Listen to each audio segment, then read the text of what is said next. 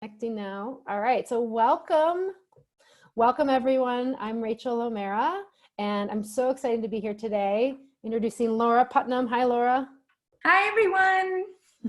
Hi, so we're here from San Francisco. You might not know that from my awesome outer space background. Although you know it from my background, Yeah, perhaps. my place is not as nice as Laura's is looking. It's a little messier. So I thought I would host us in outer space, which is appropriate, I think, for our topic today, coping with COVID. And I want to share a little bit about myself for those that don't know who I am, and Laura will do the same. So I am Rachael O'Mara. I wrote a book called Pause: Harnessing the Life-Changing Power of Giving Yourself a Break. And I'm a social and emotional learning coach. So I help people get out of overwhelm so that they can take back their lives and be less stressed. And I can't imagine a better time to be thinking about that than right now. I also work at Google. I work in sales. I manage clients.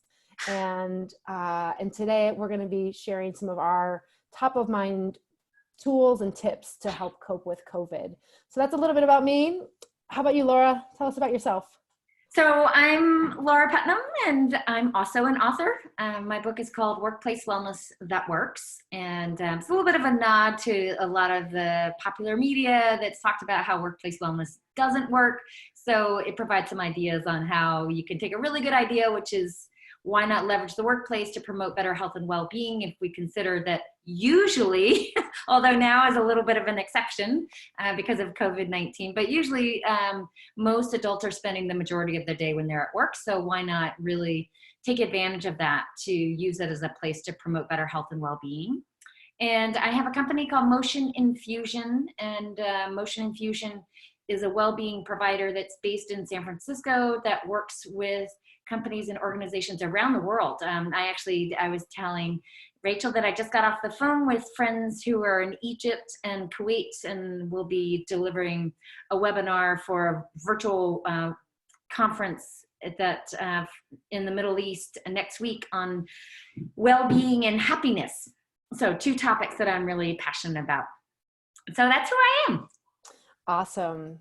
Yay. Well, I'm so glad that you're here and that we can co-create. Laura and I have known each other for a while now, and anyone who's a Pausecast listener, there is an episode where Laura talks a lot about being in the wellness field and what we can do to maintain our mental wellness.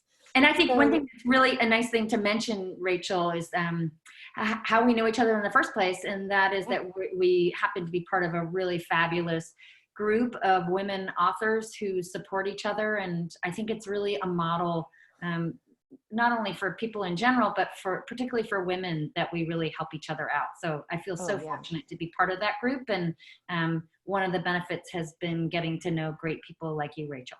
I know. I'm so thankful for our group, and so much goodness has come out of that for me. So I hope all of you who are listening have some kind of support system for yourself as well, and thinking of that now, just like how do you maintain connection and support, because that's really what that group is for Laura and I.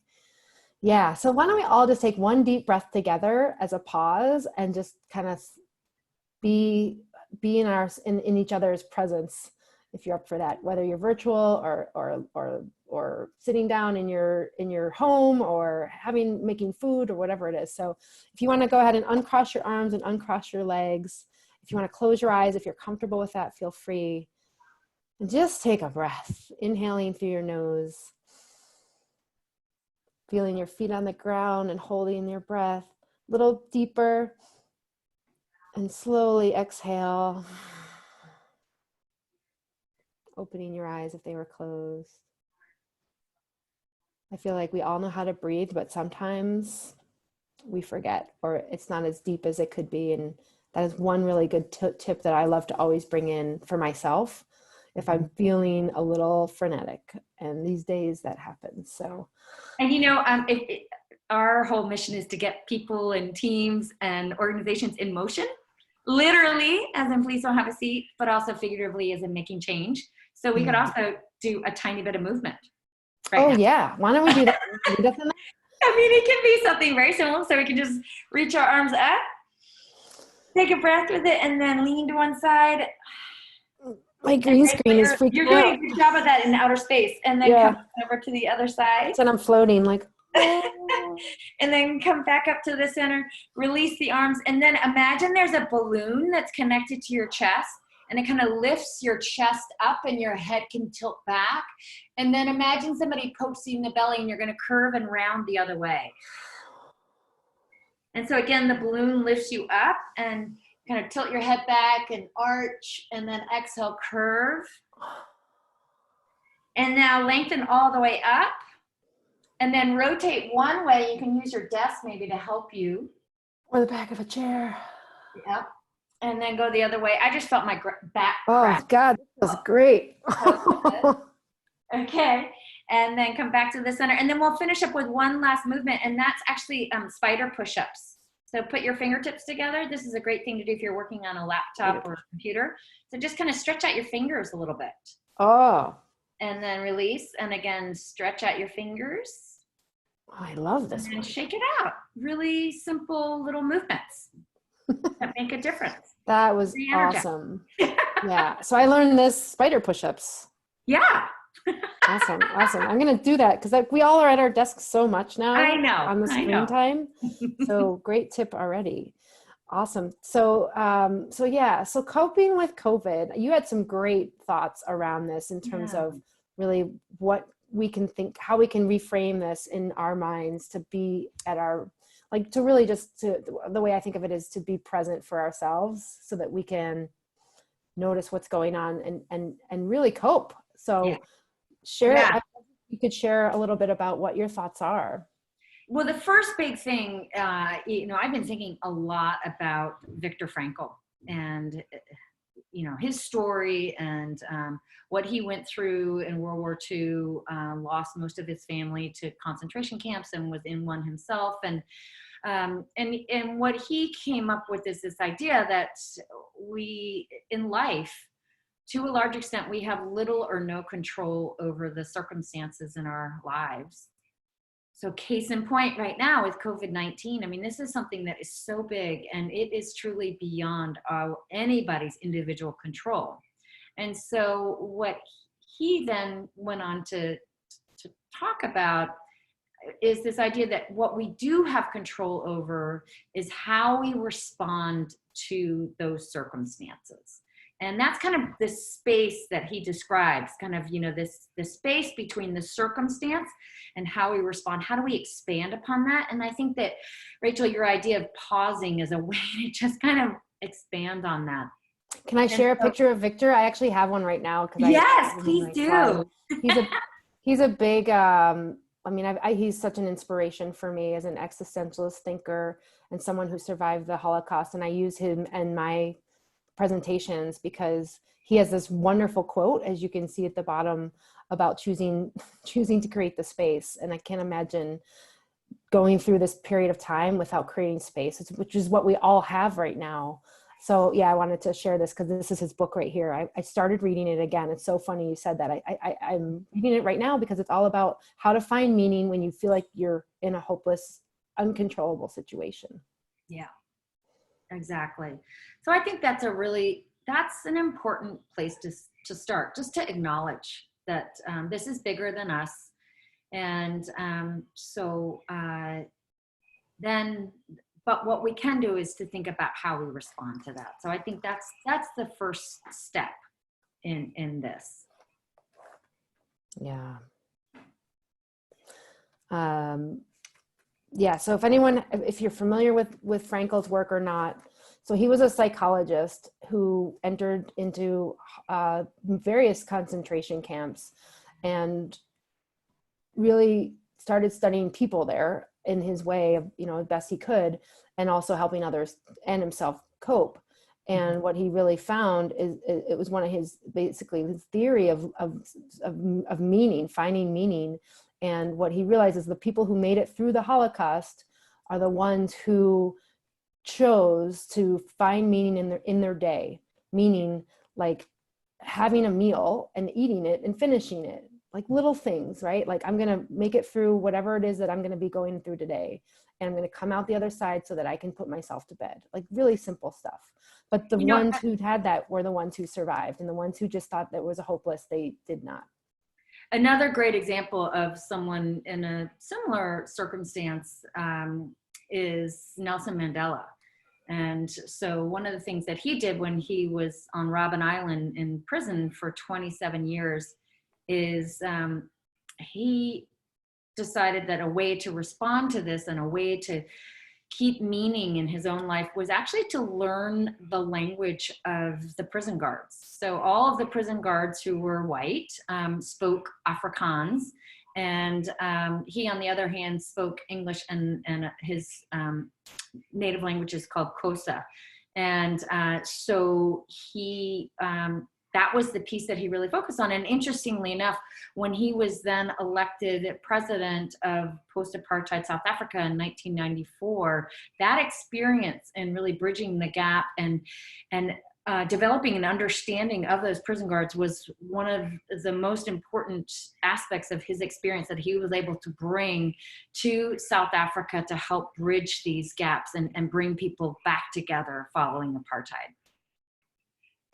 He's so inspiring and as well. And thinking about him, I was lucky enough, I saw there was an exhibit last year I went to in Melbourne, Australia, when I was there for the Pause Fest conference.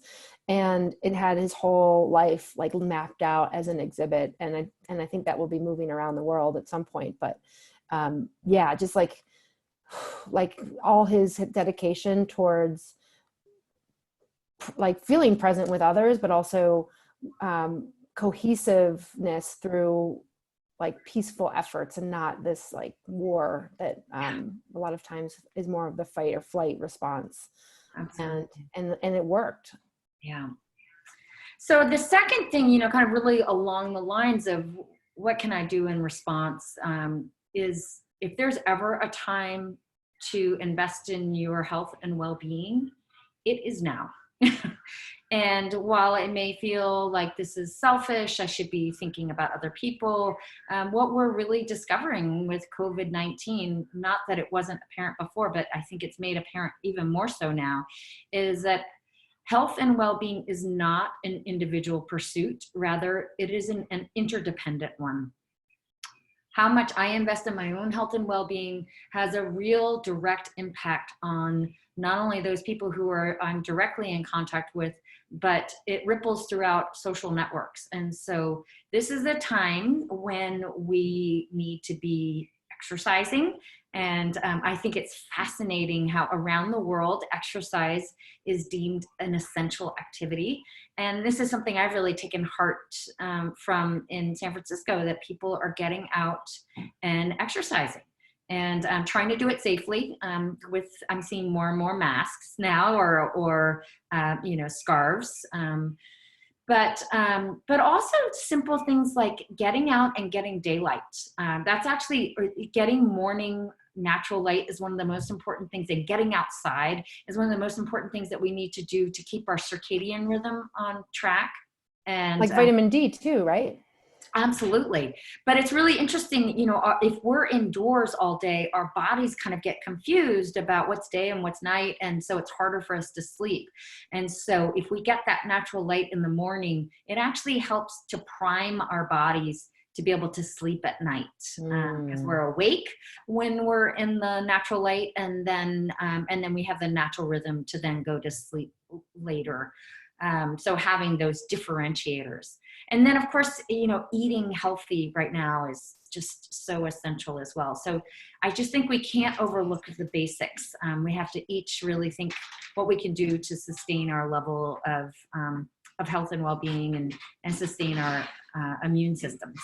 Yeah, you said it. It's going back to basics for your health. And I think of it like an act of self-care.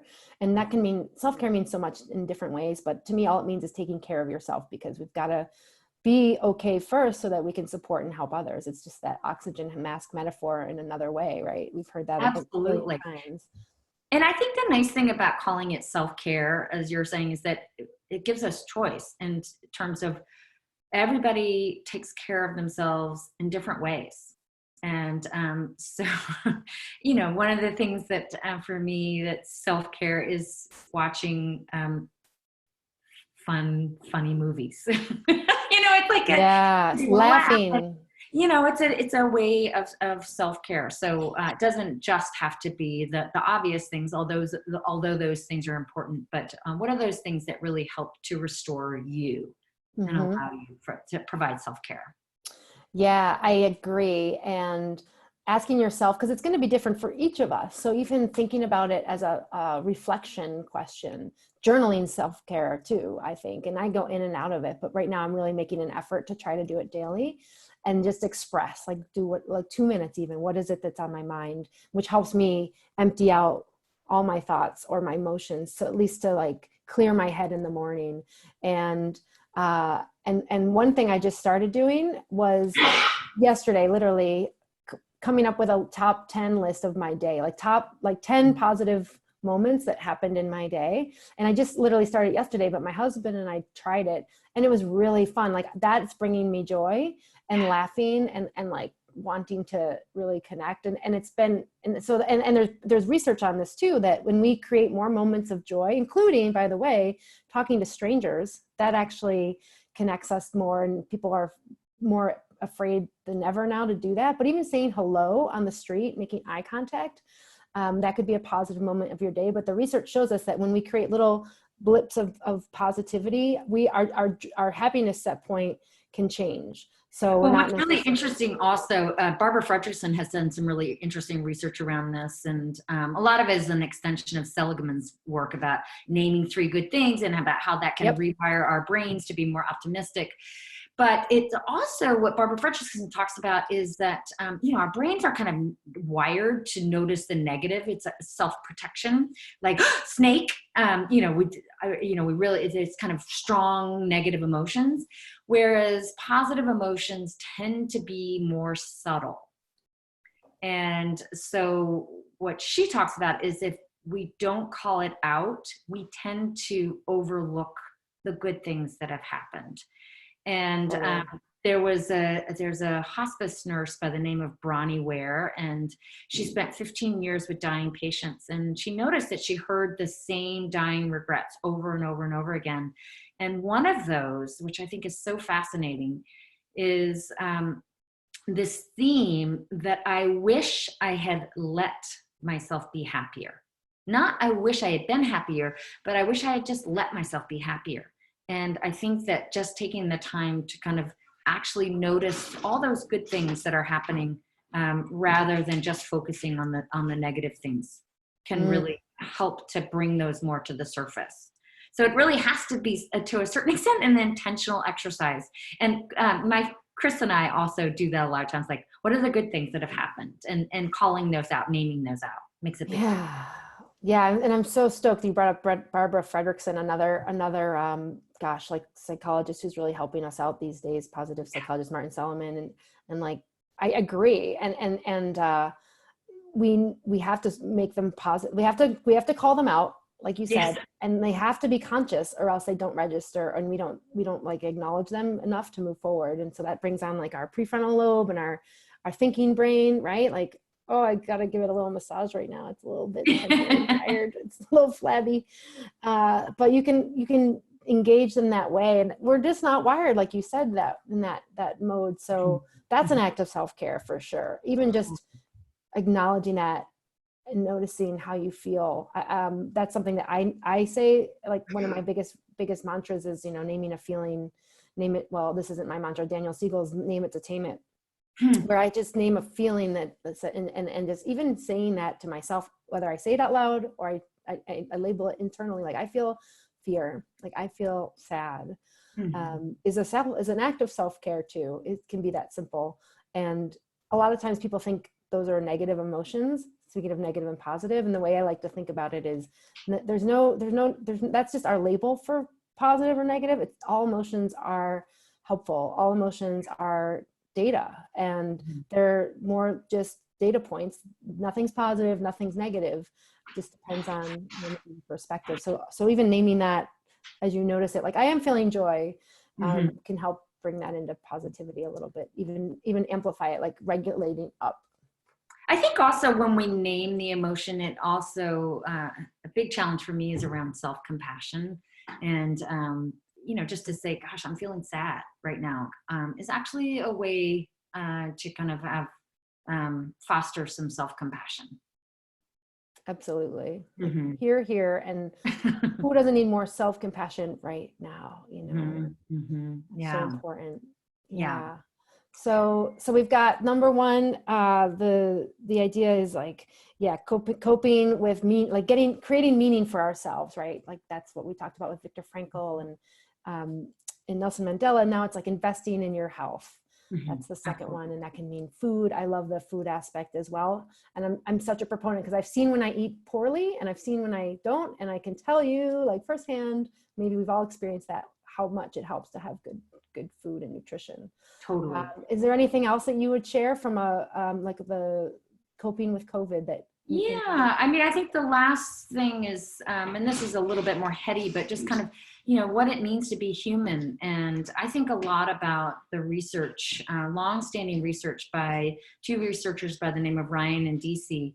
And there are really 5 points to that. But the first is that feeling a sense of mastery, like even though we're living in, sheltering in place, how can I feel a sense of mastery? So, it's really interesting to see the number of people who are re-engaging with old hobbies that they haven't done for a long time. I've been doing a lot of cooking, and not only does that make me feel healthy, but it also gives me this real sense of satisfaction in doing something that I'm getting better at. And then another piece is autonomy. I think a lot of us are feeling struggle around our civil liberties being curtailed with sheltering in place. So how do I create a sense of control? So one of the things that I've been doing a ton of is cleaning up and cleaning out. And that gives me a sense of control in my world, which I think is so important. And then relatedness, we all have this deep need to be in connection with one another. So each of us finding ways, whether it's virtual happy hours or if we are, really connecting with the people that we are sheltering in place with, but really focusing on that, on the need for relatedness. And then purpose and play. So now is a good time to really get really clear about what my why is and get reconnected with my deep sense of purpose. And then we are all hardwired to play and have fun. And so finding opportunities for joy and fun. And this is something actually in one of his recent press conferences, Andrew Cuomo talked about, is really finding joy, even in a place like that's getting hit so hard, New York City. How can people still find joy in the midst of this? Yeah, and that brings back to all being present, right? Mm-hmm. Like we can't find joy unless we're present in the moment. And this is like, I feel like this whole exercise is as tragic as it is, and like all the loss that's going on, whether it's even connecting with your friends in person, all the way to death, this is the opportunity to be present for yourself. Absolutely. And for whoever you are with, or even if you're not with anyone, to be present so that you can honor how you feel and then what you want, like noticing what your deeper hungers are. Maybe you are feeling creative. Like I know in my household, we're wanting to be more creative. I started, I always loved poetry, and now I'm like writing poetry a lot. And I hadn't done that in a long time. So we are creating this space because we have it to fuel the play and the engagement. And there's no better time. It's actually really critical. Because it's a time that we can really go deep. I mean, I've been, for example, really trying to, I've been working on my second book, and it has been like pulling teeth. And now suddenly shelter in place, just making huge strides on that. And, I think also a lot about, apparently Galileo was in quarantine during the bubonic plague. And it's so funny because there you go, right? So we connect to your background theme here. That's when he made some of his greatest discoveries, apparently, was when he was in quarantine during the bubonic plague. So how can we all kind of, right there, right. I feel like those are the things, like the moments of joy you can pick up and be like, wow, if Galileo can do it, I mean, well, I can get through my day and like make my lunch, you know? Exactly. Yeah. Yeah. And I'm glad to hear you're able to cultivate this time towards your like driving it towards action. And that's a big principle I think I'm learning as well is whether it's writing a book or starting a project that you've been putting off. One of the things I call like a sign, you need a pause, because we're in a global pause right now. This is planet pause, in my opinion, right now. It's when we hear an opportunity that's knocking, and it might be a project you've put off or something you've always wanted to start or try. But that said, it's not about like being productive right now. It's about what you need to take care of yourself. Like these 3 things that you're sharing, and I think really are resonating with me as well. Yeah.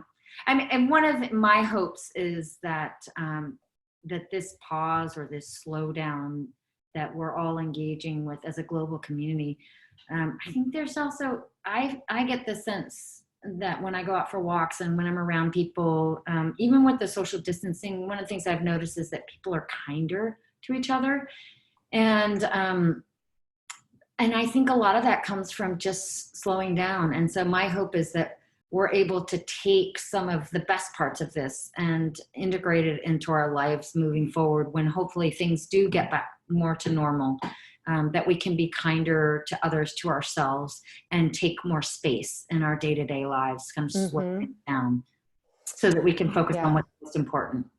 I think I agree. And I mean, no one knows what will happen. We don't have a crystal ball, but my sense is we cannot go back to how things were, whether it just means how we are with each other on the street. There is a sense of community and a unified field, I'll call it, where we are all in this together, no matter where you're from, no matter how old you are, no matter where you live, in your circumstances, because we need each other. We need each other, whether that means we're making masks and learning together, or learning how to cook a meal and nourish ourselves, whether we're like watching a program on TV, how to do it, or reading up on it, or anything. But like isolation is how we're all being right now, because we're in the social distancing, but it doesn't mean to isolate yourself, I guess is my sense. Yeah. So it's like connecting is important. It's a human need. We all have that to connect. And like you were saying, like these 5 tips with like really like being in mastery, and like this is the time. Yeah. Like we have all the time. Interesting. When we're in isolation though, right now, this is about contributing to the greater good.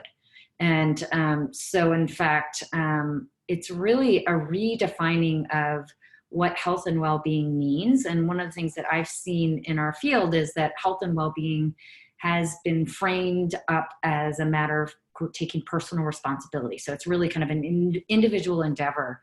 And what I'm writing about is this notion that questioning the phrase, we're creatures of habit. And I would argue that in fact, we're more creatures of culture. And if we simply change the culture, people will change their habits overnight. Case in point, we have asked people on a global level to make massive changes in their daily habits. And because we've done this collectively, people have made these changes overnight that they never would have been able to do on an individual level. So I think that this really speaks to the fact that we are in fact creatures of culture, and we are in fact dependent upon one another to become our better selves. Yeah, creatures of culture. I agree. And it just goes to show like intention matters as well. So that personal responsibility of choosing what will serve you. Okay, yeah, I'm going to stay inside. That means I'm not going to my mom's 75th birthday in Florida. Like I will be not going this week.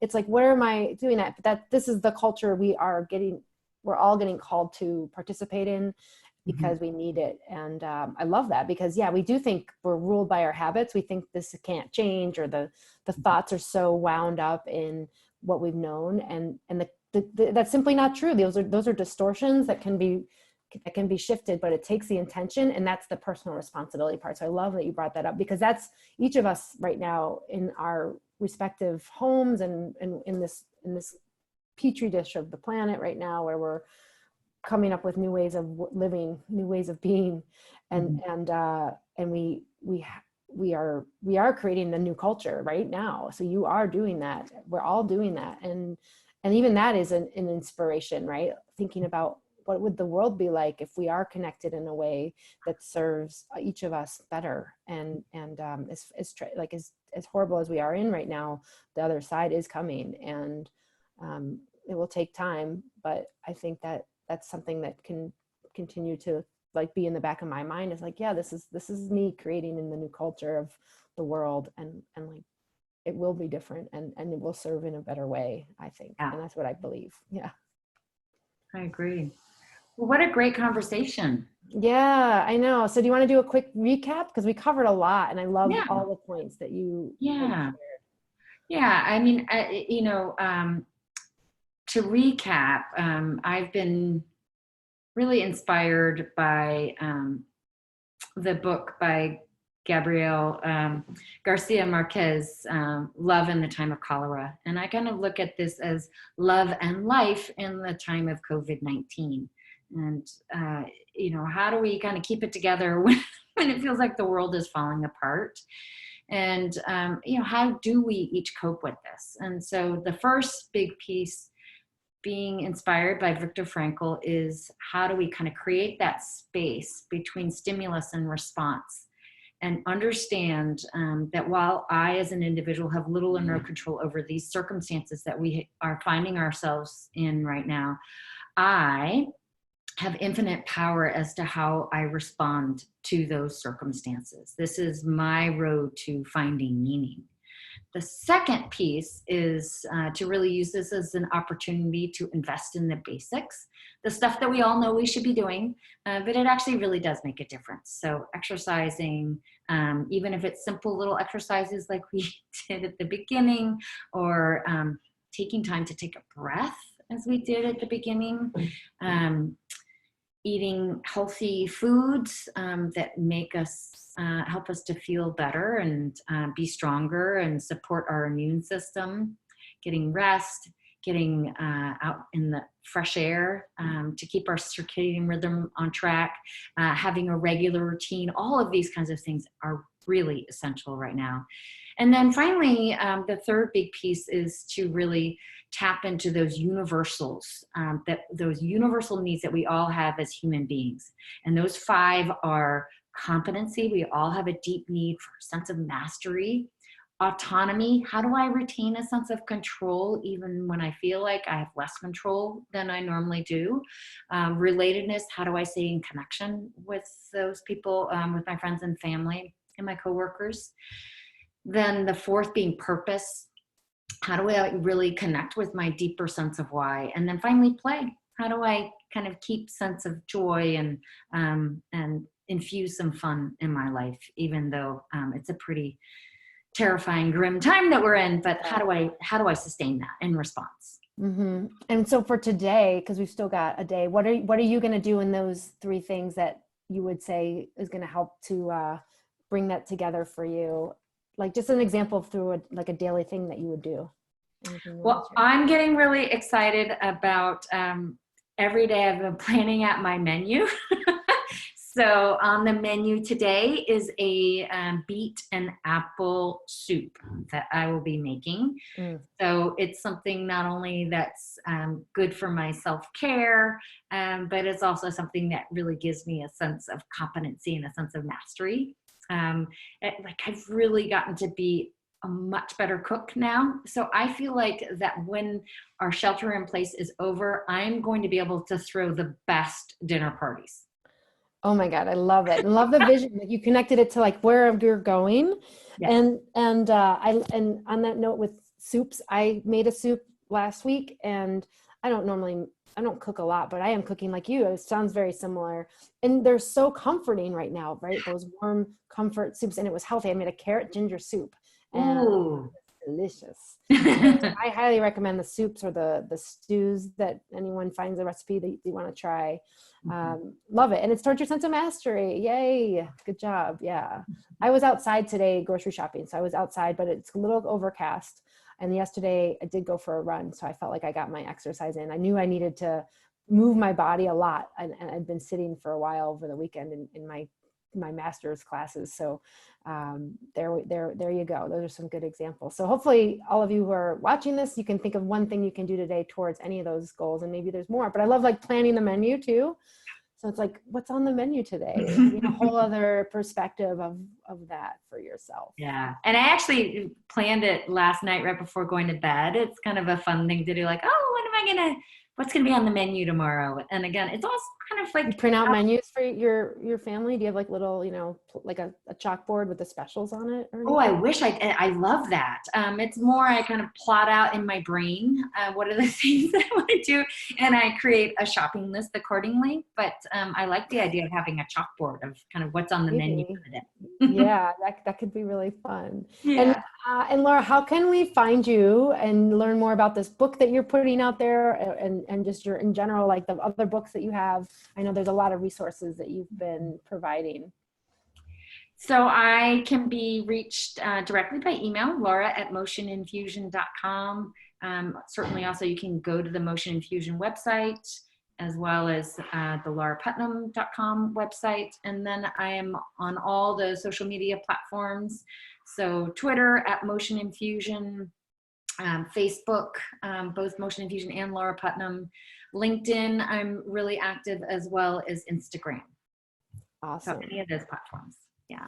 That's great. Well, we'll put those in the links as well under our. And what about, why don't you share as well? Yeah, Rachel? for me, so so rachelomera.com is my website. I'm on all the social channels as well.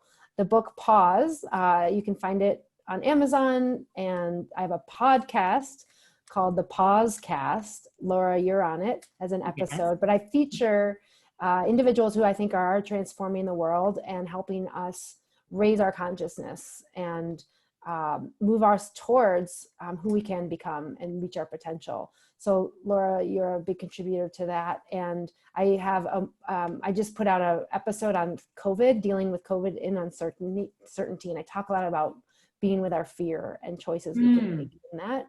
So anyone who is interested in that can check that out as well and subscribe. Because that's, I think, there's going to be more of that just from myself coming down the line, I think.